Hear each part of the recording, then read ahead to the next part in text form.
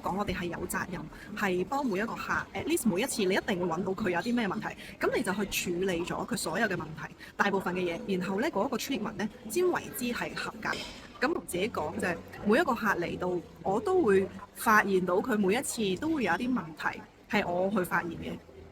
即係除咗佢哋自己講自己有啲乜嘢嘅譬如皮膚問題，想我幫佢解決。每一次嚟到佢哋其實 before and after 嘅分別係可以好大嘅，好似美圖秀秀咗出先翻屋企嘅，即係好靚。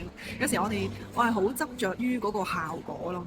咁如果冇效果嘅嘢咧，我覺得嘥大家時間。咁同埋咧就係我哋做咧唔係做 facial，我成日好抗拒呢個字嘅。我成日覺得唔係做 facial，我哋做係咩咧？係做皮膚管理。皮膚管理咧就係你每星期或者你一個固定時間，你好堅持去做嗰樣嘢，咁然之後你個皮膚個狀態先係非常之好，可以做到抗衰老，做到所有嘅效果。但到去屋企咧，就乜嘢都其實唔使點樣理嘅。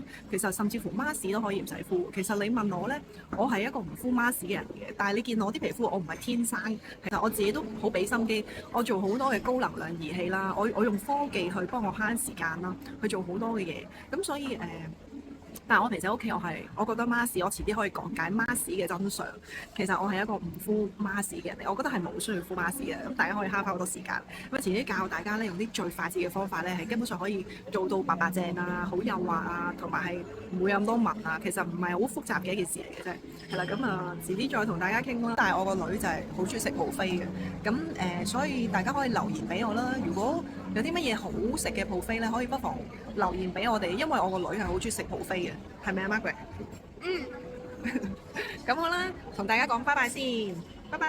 拜拜。